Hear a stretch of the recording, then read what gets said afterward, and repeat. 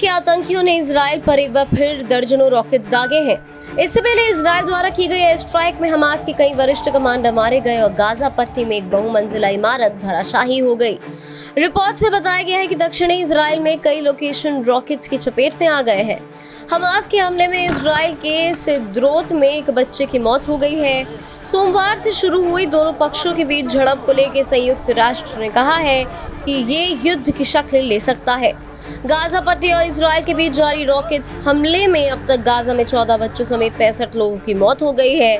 वहीं इजराइल में भी 7 लोग मारे गए हैं।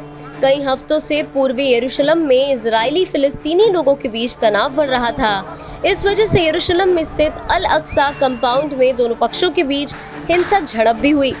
इसे देखते हुए हमास ने इजराइल को चेतावनी दी और फिर दोनों पक्षों की ओर से रॉकेट हमले शुरू हो गए। दूसरी ओर इजरायली पुलिस ने बताया कि यहूदी और अरब लोगों की मिश्रित आबादी वाले इलाके में भी हिंसा हुई है। इन इलाकों से 374 लोगों को गिरफ्तार कर लिया गया है। वहीं इन हिंसा में 36 पुलिसकर्मी भी घायल हुए हैं। प्रधानमंत्री बेंजामिन नेतन्याहू ने बुधवार देर रात कहा कि वह हिंसा वाले शहरों में सेना को भेजने की योजना बना रहे हैं ताकि शांति व्यवस्था कायम की जा सके। नेतन्याहू ने हमलों को अराजकता बताया है। उन्होंने कहा है कि अरब लोगों की भीड़ द्वारा यहूदी लोगों पर हमले का कोई औचित्य नहीं है और न ही यहूदी लोगों का अरब लोगों पर हमला करने का। फिलिस्तीनी आतंकियों ने सोमवार रात से ही इजराइल पर रॉकेट्स दागने शुरू कर दिए।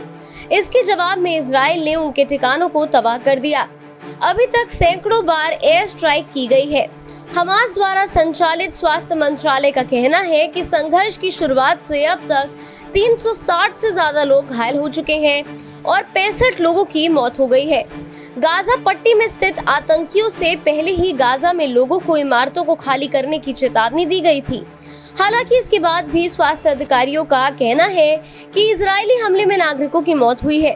इजरायली डिफेंस फोर्स यानी कि IDF ने बताया है कि हमास के रॉकेट हमलों से बचने के लिए लाखों की संख्या में इजरायली नागरिकों ने बॉम्ब शेल्टर्स में शरण ली। IDF ने बताया कि हिंसा की शुरुआत होने के बाद से गुरुवार सुबह तक करीब 1500 रॉकेट्स को गाजा की तरफ से इजरायली शहरों पर दागा गया है। इजराइल और हमास के बीच लड़ाई की शुरुआत इसीलिए हुई क्योंकि कई दिनों से पूर्वी यरूशलेम में स्थित पवित्र अल अक्सा कंपाउंड में फिलिस्तीनी लोगों और इजरायली पुलिस के बीच झड़प हो रही थी। इस कंपाउंड को मुस्लिम और यहूदी दोनों ही समुदाय द्वारा पवित्र माना जाता है। जहां मुस्लिम लोगों की पवित्र जगह हरम अल शरीफ यहां मौजूद है, तो यहूदी लोगों के लिए ये टेम्पल माउंट है। हमास ने कहा है कि इजराइल कंपाउंड और मुख्य रूप से अरब लोगों की आबादी वाले शेख जर्राह इलाके से पुलिस को हटाया जाए। शेख जर्राह में फिलिस्तीनी परिवारों को घरों को खाली करने को कहा गया ताकि वहां यहूदी सेटलर्स को बसाया जा सके। इस कारण ही यरूशलेम में फिलिस्तीनी प्रदर्शनकारियों और इजरायली पुलिस के बीच झड़प हो रही थी। इसे देखते हुए ही हमास ने इजराइल पर कार्रवाई शुरू कर दी। रमजान की शुरुआत के बाद ही इजरायली पुलिस के साथ फिलिस्तीनी लोगों की हो रही कहासुनी से तनाव पहले से ही चरम पे था। वहीं परिवारों को घरों को खाली करने के आदेश ने इसे और बढ़ा दिया। बहरहाल इस पूरी वीडियो पे आपकी क्या राय और प्रतिक्रिया है, नीचे कमेंट सेक्शन पे लिख के हमें जरूर बताएं।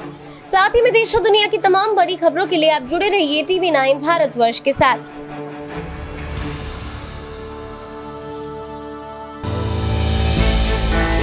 हमने की गलती फिर एक बार, कोरोना ने किया दोबारा प्रहार। मास्क, 2 गज दूरी, करें अपनी सुरक्षा पूरी। कोरोना टीका हम सबको लगाना है, मिलकर साथ समझदारी से कोरोना को हराना है।